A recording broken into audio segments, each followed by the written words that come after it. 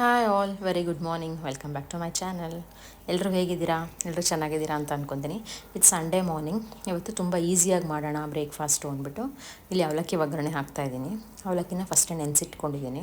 ಒಂದೆರಡು ಸತಿ ತೊಳೆದು ಕ್ಲೀನಾಗಿ ನೆನೆಸಿಟ್ಕೊಂಡಿದ್ದೀನಿ. ಇಲ್ಲಿ ಒಂದು ಬಾಣಲೆಗೆ ಎಣ್ಣೆ, ಸಾಸಿವೆ, ಜೀರಿಗೆ.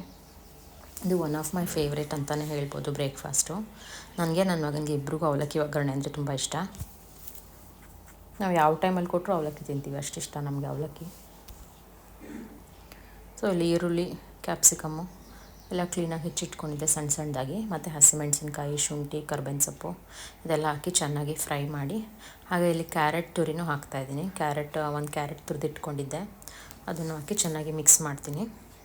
ಮತ್ತು ಈಗ ಇಲ್ಲಿ ರುಚಿಗೆ ತಕ್ಕಷ್ಟು ಉಪ್ಪು, ಬೇಕಾದ್ರೆ ಸ್ವಲ್ಪ ಮೆಣಸಿನ ಪುಡಿನೂ ಹಾಕ್ತಾರೆ ಇದಕ್ಕೆ. ನಾವು ಸಾರಿನ ಪುಡಿ ಅಂತೀವಲ್ಲ, ಸಾರಿಗೆ ಏನು ಯೂಸ್ ಮಾಡ್ತೀವಿ ಅದನ್ನು ಹಾಕಿ ಫ್ರೈ ಮಾಡಿದ್ರೆ ಒಂದು ಸ್ವಲ್ಪ ಕಲರು ಬರುತ್ತೆ ಮತ್ತು ಟೇಸ್ಟು ಒಂಥರ ಚೆನ್ನಾಗಿರುತ್ತೆ. ಈಗ ಅವಲಕ್ಕಿ ಹಾಕಿ ಮಿಕ್ಸ್ ಮಾಡೋದೊಂದೇ. ಇದು ತುಂಬ ಬೇಗ ಆಗಿಬಿಡುತ್ತೆ, ಒಂದು ಅರ್ಧ ಗಂಟೆಯಲ್ಲೇ ಆಗೋಗುತ್ತೆ ತಿಂಡಿ.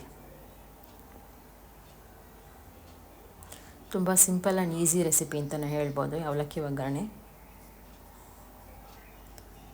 ತುಂಬ ಸುಲಭವಾಗಿ ಆಗೋ ತಿಂಡಿ ಇದ್ದರೆ ಅವಲಕ್ಕಿ ಮತ್ತು ಉಪ್ಪಿಟ್ಟು. ನಿಮಗೂ ಯಾರಿಗೆಲ್ಲ ಅವಲಕ್ಕಿ ಒಗ್ಗರಣೆ ಇಷ್ಟ ಅಂತ ನನಗೆ ಕಮೆಂಟ್ ಮಾಡಿ ತಿಳಿಸಿ. ಸೊ ಈಗ ಚೆನ್ನಾಗಿ ಮಿಕ್ಸ್ ಮಾಡಿಕೊಂಡು ಅವಲಕ್ಕಿನ, ನಾವು ಚಿಕ್ಕವರಿದ್ದಾಗ ನಮ್ಮ ದೊಡ್ಡಮ್ಮ ಅವಲಕ್ಕಿ ಮಾಡೋರು. ಎಷ್ಟು ಚೆನ್ನಾಗಿರೋದು ಗೊತ್ತಾ, ಟೇಸ್ಟು ತುಂಬ ಚೆನ್ನಾಗಿರೋದು. ಅವ್ರೇನು ಹಾಕ್ತಿರಲ್ಲ, ಬರೀ ಕಾಯಿ ತುರಿ ಒಂದು ಹಾಕೋರು ಅಷ್ಟೇ. ಕಾಯಿ ತುರಿ ಒಂಚೂರು ಸಕ್ಕರೆ ಹಾಕೋರು ಟೇಸ್ಟ್ ಬರಲಿ ಅಂದ್ಬಿಟ್ಟು. ಬಟ್ ತುಂಬ ಚೆನ್ನಾಗಿರೋದು. ಇದಕ್ಕೆ ಮೇಲೆ ಕಾಯಿ ತುರಿ,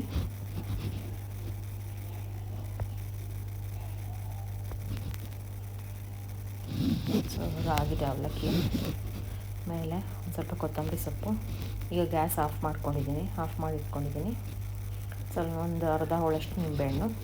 ಇದಕ್ಕೆ ಒಂದು ಸ್ವಲ್ಪ ನಿಂಬೆಹಣ್ಣು ಜಾಸ್ತಿ ಇದ್ರೇ ಚೆನ್ನಾಗಿ ಹುಳಿಯಾಗಿರುತ್ತೆ. ಸೊ ಇವಾಗ ರೆಡಿ ಟು ಸರ್ವ್. ಇನ್ನೊಂದು ಸತಿ ಕ್ಲೀನಾಗಿ ಮಿಕ್ಸ್ ಮಾಡಿ.